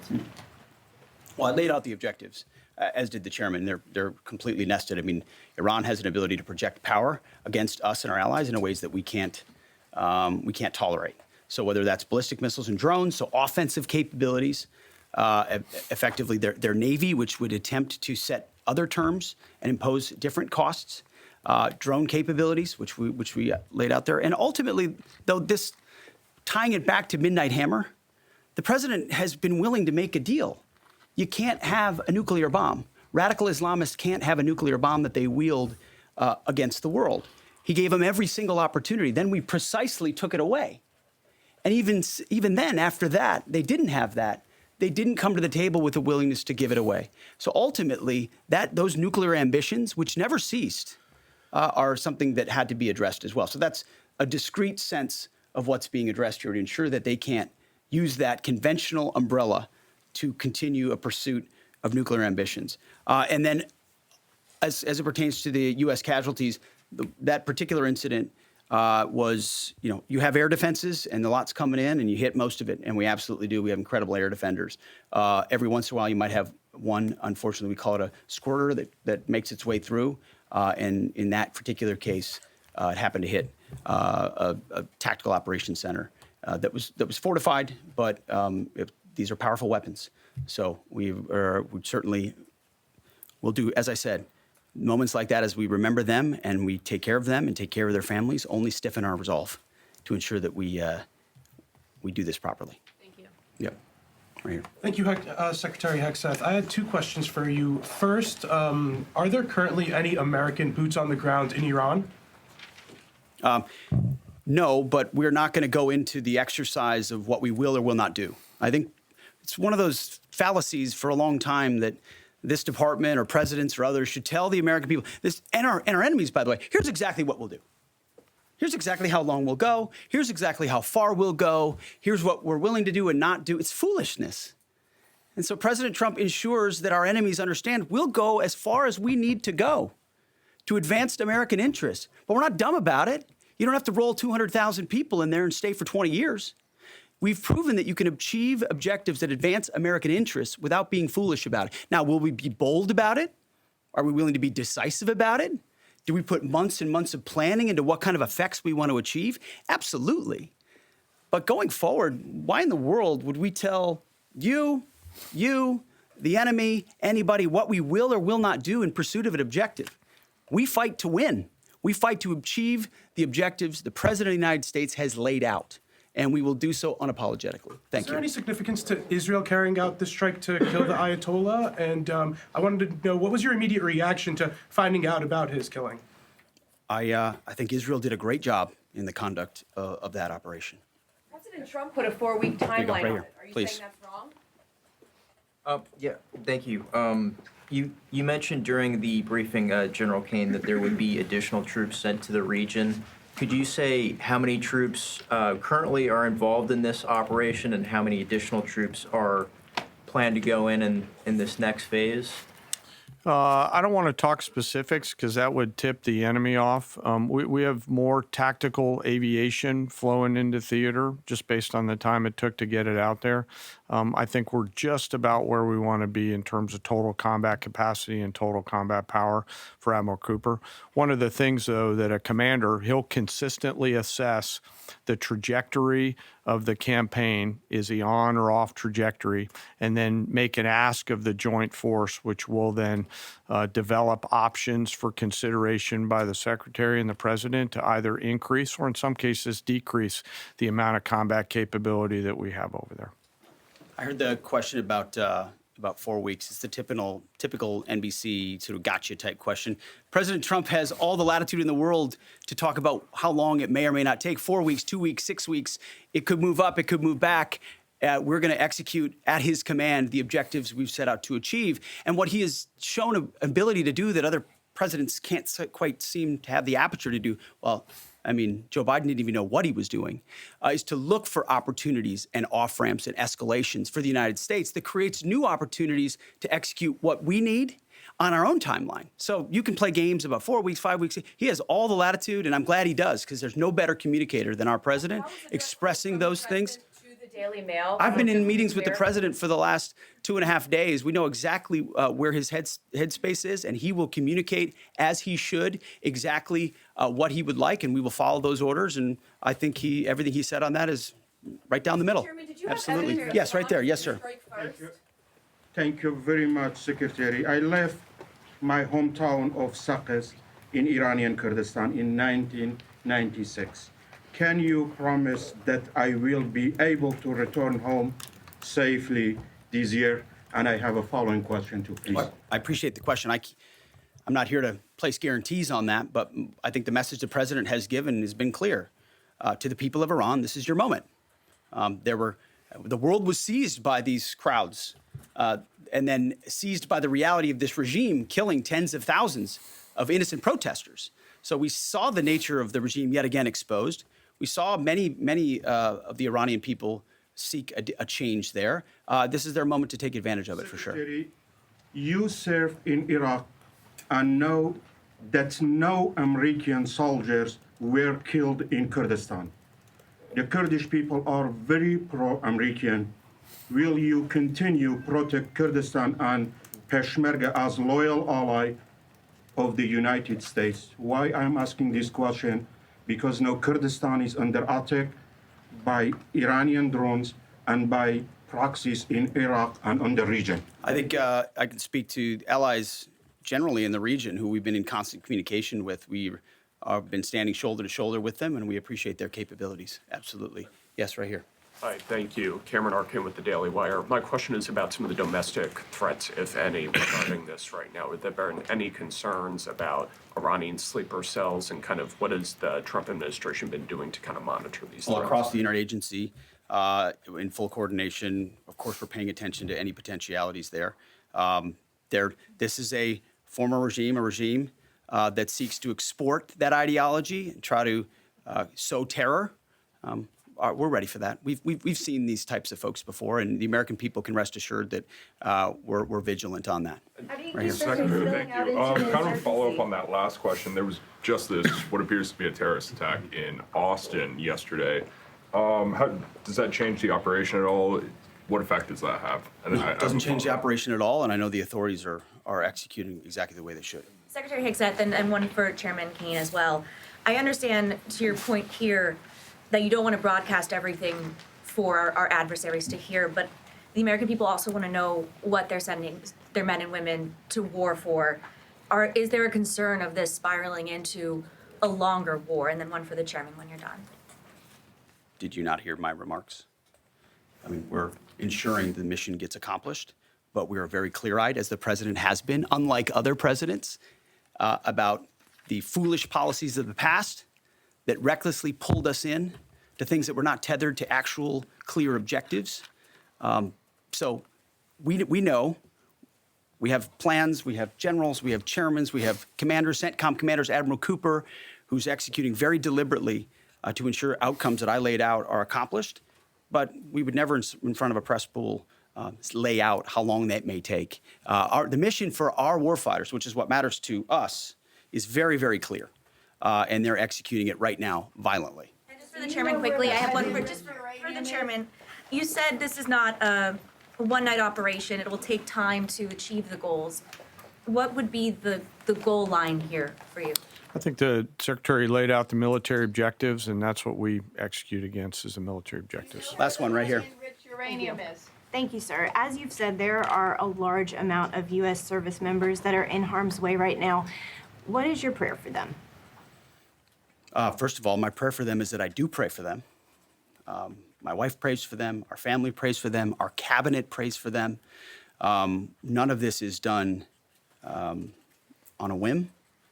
Having been in their boots, having been in their shoes, having been in their flight suits, I know we think about them with every decision that we make and every recommendation that we make to the President of the United States. Those recommendations are made prayerfully.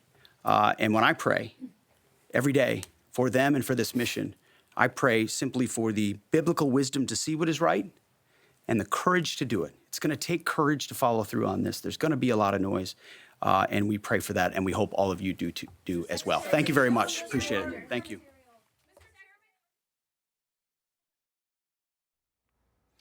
And that was just live at the Pentagon. Secretary of War Pete Hegseth, Chairman of the Joint Chiefs General Dan Kane, giving an update on Operation Fury. As you heard there, Hegseth laying out the reason for going in, and General Dan Kane giving the update on operationally what's happening on the ground. He described both the offensive campaign, taking out many sites and targets, establishing air supremacy, taking out and disrupting communications and the internet, and then on the defensive side, shooting out hundreds, if not thousands, of ballistic missiles and working with partners, as well as describing the collaboration with the Israeli Defense Forces. So now we are taking a look at a live shot of Jerusalem. We'll be right back with breaking news and analysis. Stay with us.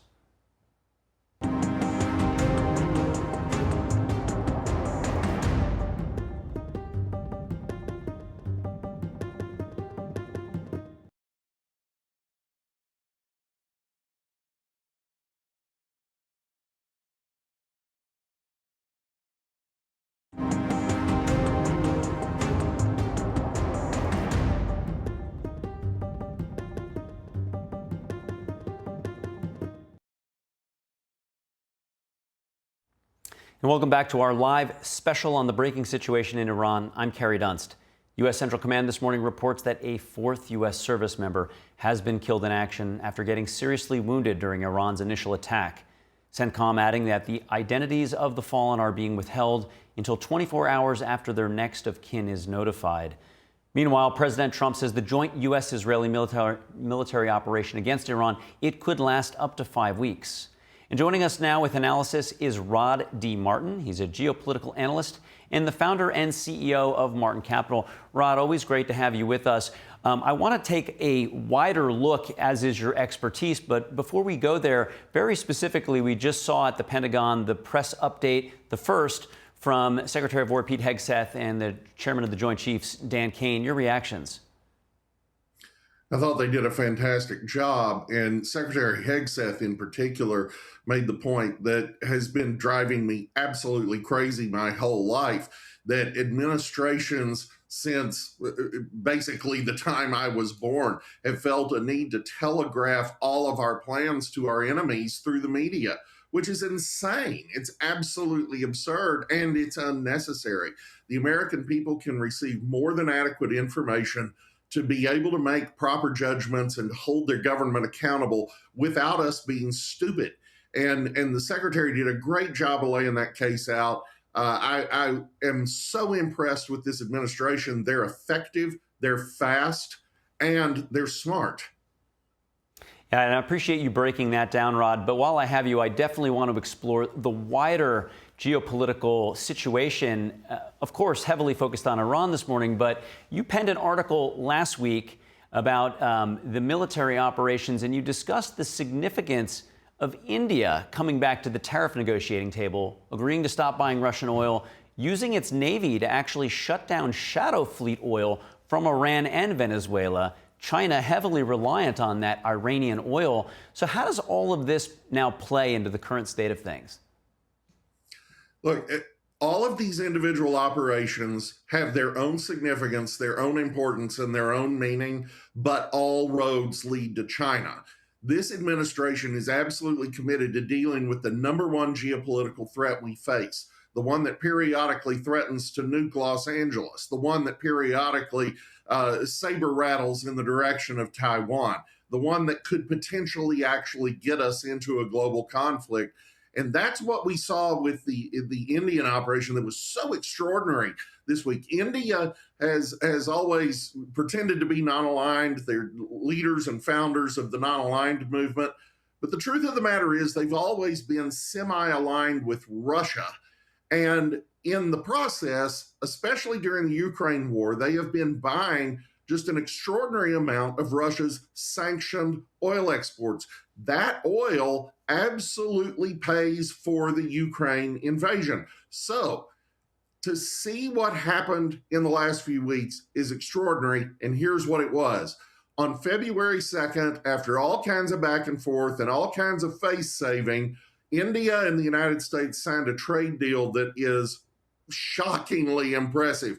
18% tariffs on Indian goods coming into the United States, 0% tariffs on American goods going into India. This just flips the script. This is an extraordinary thing. India has always been extremely protectionist.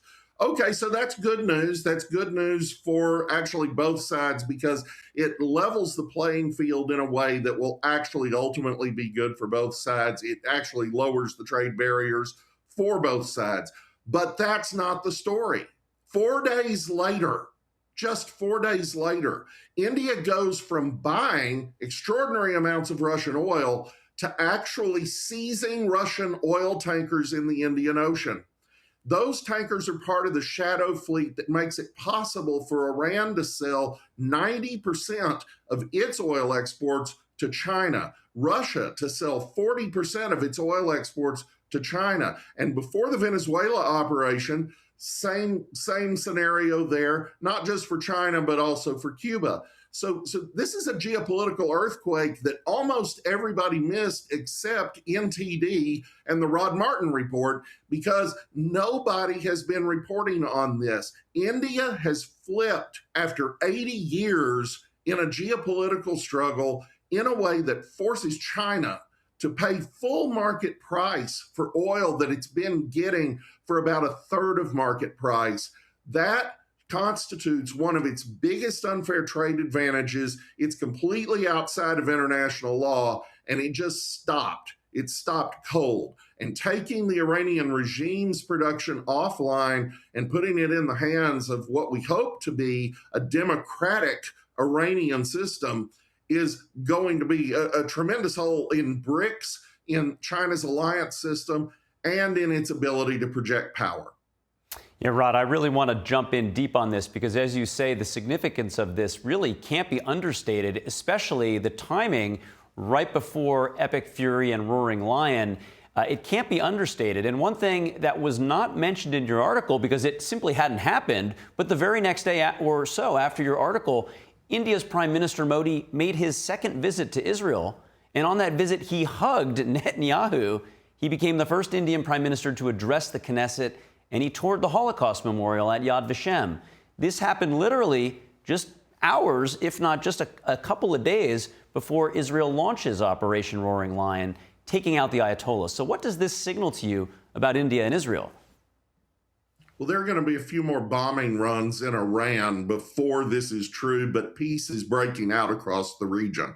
India and Israel's budding friendship is an extraordinary development. You're seeing countries that we never imagined entering the peace accords, the Abraham Accords that we've been talking about, coming to the fore, like Kazakhstan. Who was thinking about Kazakhstan?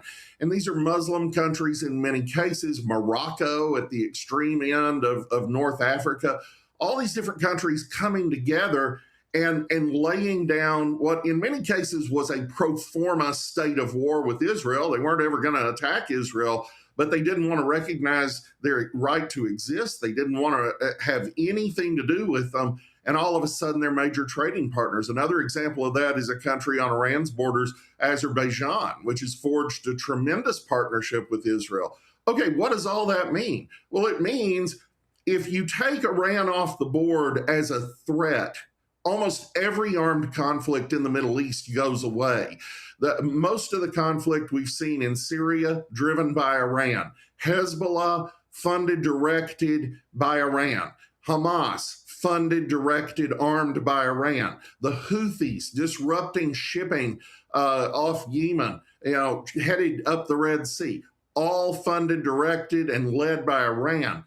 All of these things cease, and now all these countries can actually make peace. And this is exactly the vision Donald Trump articulated in Riyadh last summer. Commerce, not chaos. We can all get rich together, or those of you who don't want to can pay the price. And that is what's emerging. It is a tremendous development, and a free Iran will be a key partner in peace for all of the countries just mentioned. Yeah, and Rod, you mentioned how India flipping is such an enormous shockwave to that whole geopolitical sphere that you're describing, where all roads lead back to China. Of course, China supporting Venezuela, supporting Cuba, anything that creates and distracts attention from their theater, they're very in support of, which is why they don't want the Russia war to stop. But India is the central letter in the anti-American acronym and alliance known as BRICS, which you just mentioned. Interestingly, Iran was admitted to BRICS in 2024, as was the UAE, which Iran just bombed over the weekend. 3 BRICS members also joined Trump's Board of Peace, the UAE, Egypt, as well as Indonesia. So with India now flipping, as you say, and embracing the West, what is the future of BRICS, and how will that leave China and Russia? In my view, BRICS was always a bit of a fantasy. It's the anti-American club where we don't love you guys. We're going to gang up on you. No, they're not going to gang up on us. They absolutely hate each other. China, of course, is the centerpiece of the whole thing, as you would expect. And China is completely predatory on all of its neighbors and so-called allies. Russia is the classic case.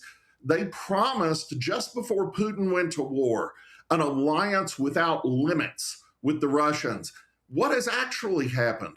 They have indeed bought a lot of Russian goods. Have they sent troops to Ukraine? No. Have they given Russians weapons? No. They've sold them at inflated prices, and they've bought Russian goods at steep discounts. By some reports, buying Russian oil at 1/3 of market prices. It's completely predatory to the point of neo-colonial. Well, let's look south.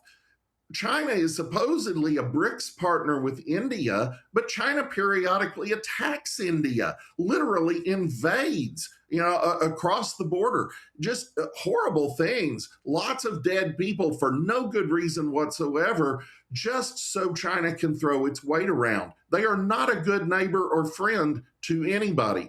And when you look at Iran, the same is true. To the degree that they have sent the Iranians any kind of help at all, it has been at a steep price, and they've refused Iran the things they need most, such as advanced fighter jets.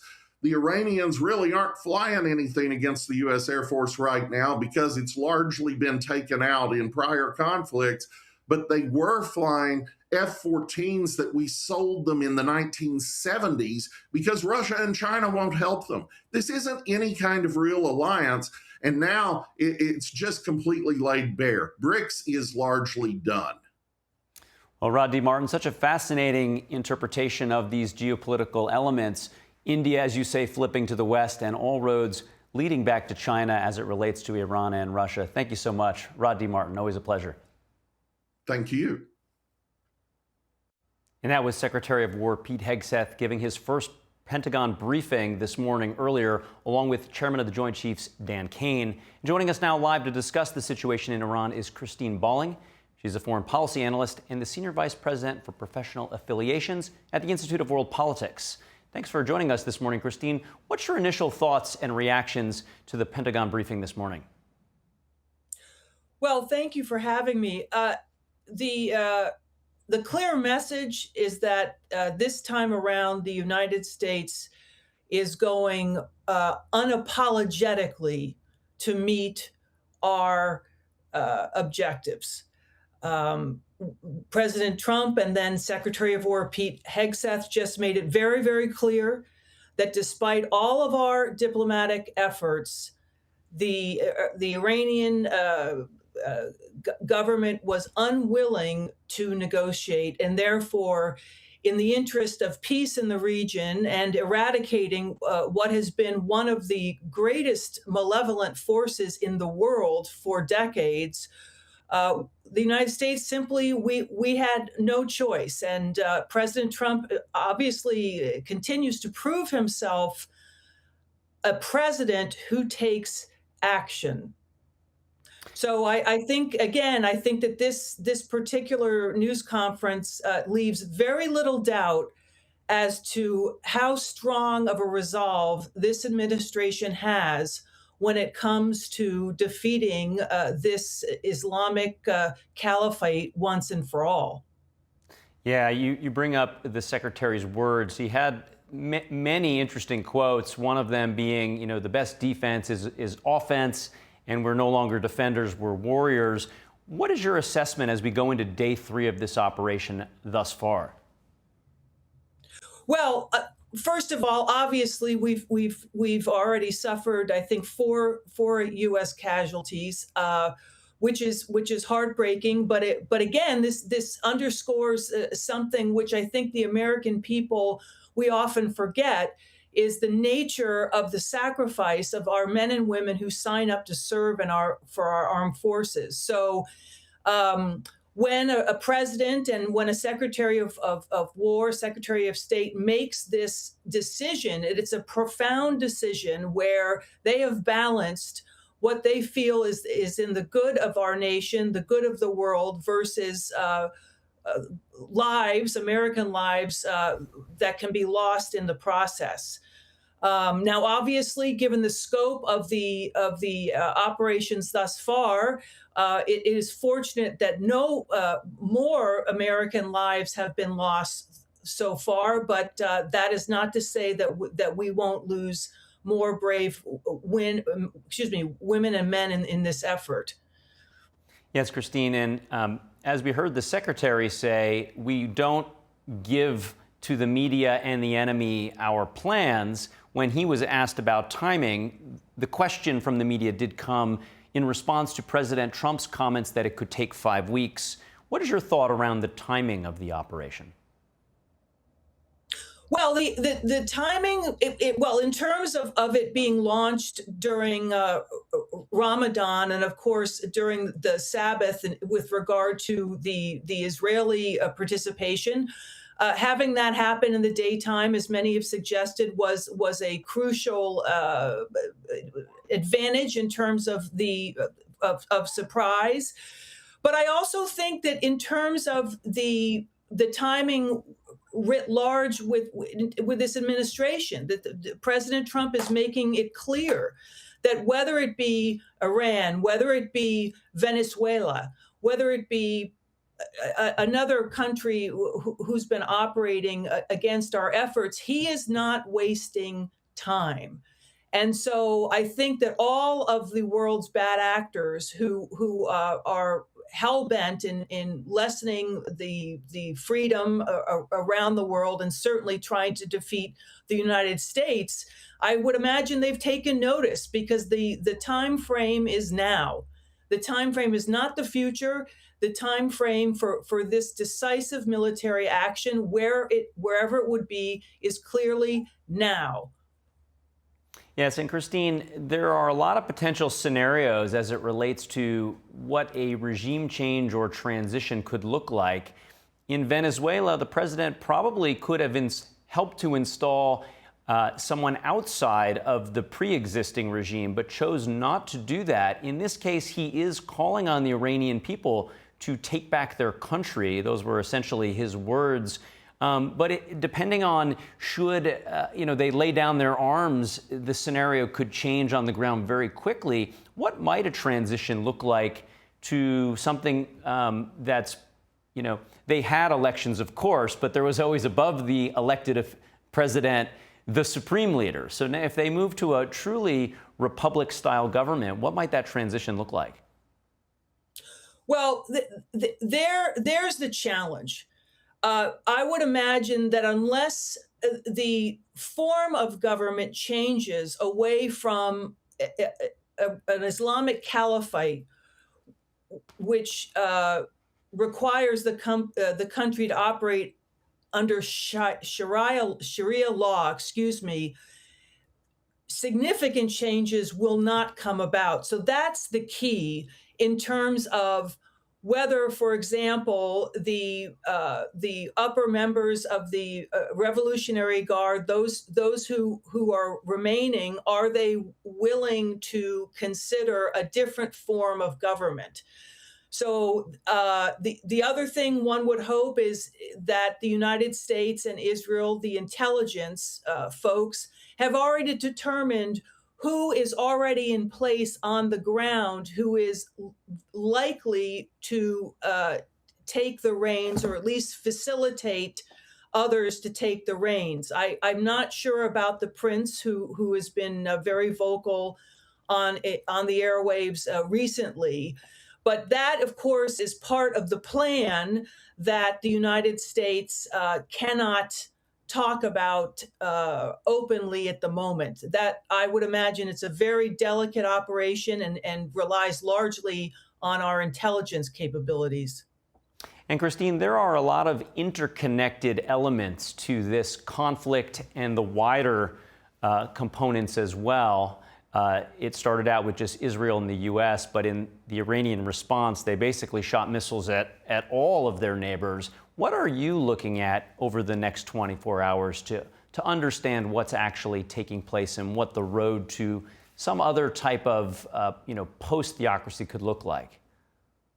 Well, for one thing, I'm actually, as many are, I was surprised that Iran chose to do that, because clearly what's already happening in the last 24 hours is various Arab states have come up and against the Iranian aggression, saying outright that, number one, they will defend themselves, and number two, they are now going along with United States efforts. Now, even though they are not saying anything directly about they are aligned with Israel, we all know that that's in the background. So, I mean, one thing I think that can come out of this is that the Abraham Accords, there will be another shot for those. I mean, that of course was the objective when at the October 7th attack, was in response to the fact that it was the first time in the history of modern history that we were so close uh, thanks to the Trump administration's efforts to bring Israel into the fold, to establish long-term peace in the region. So I think that that's something that is, once again, very possible in a much more permanent way. Ironically, given the fact that Israel is attacking its neighbors in the region. Second, what we've seen, certainly Germany, the UK have come out, even though they're not necessarily supporting, they don't want to get into the game, as it were, offensively. The various European, NATO countries have made it known that they are going to support the US in our efforts. So that's very significant too. And frankly, this could also smooth over the recent tensions between the United States and NATO with regard to Greenland, or just generally speaking, even before the Greenland issue came up. Yeah, and I want to get your view on, since you're talking about those regional aspects, Russia and Iran both selling lots of oil to China, Russia not able to really take any material steps toward peace, Russia, a major ally of Iran. What's coming out of Russia? What are they saying? How are they reacting to these last 3 days? Well, on X, of course, the various members of the government are, of course, outraged at the aggression and so forth. There's nothing new. What speaks volumes, to use that cliche, is the fact that they have done nothing. They can't do anything. And frankly, that was actually evident when we took out Maduro, because both Iran and Russia for years were supplying Venezuela with weapons. So suddenly for that also showed that neither of those nations were either willing or able to come to Venezuela's defense. And I think that this current conflict, when it comes to Russia, shows even more that I think that Russia would have done more than just trash talk, as one says, on X, if they in fact were able and willing to come to Iran's defense. Yeah, and speaking of sort of rhetoric or trash talk, as we look at home, some Democrats have said that they're fully in support of this operation, Epic Fury, but Schumer is calling for an early return to D.C. where they can enact the War Powers Act, to restrict President Trump's ability to carry out the operation. What's your feeling about what will be happening in D.C. over the next day or so? Well, no doubt that will continue. I have no doubt that the Democrats will continue to pursue that line of effort. I think it's futile. It's unfortunately, I think that's not in the nation's interest at this moment. Our enemies delight when we are divided, especially in this very important time. So it's a shame, but bottom line is, I would say that's just domestic politics as usual, especially since we're looking at the midterm elections. So from a strictly somewhat cynical political point of view, I think the Democrats felt that they've got to speak out against this, looking towards the upcoming elections. Well, so many angles to look at this from inside, from outside. Appreciate you exploring all of it with us. Christine Balling, thank you. Thank you.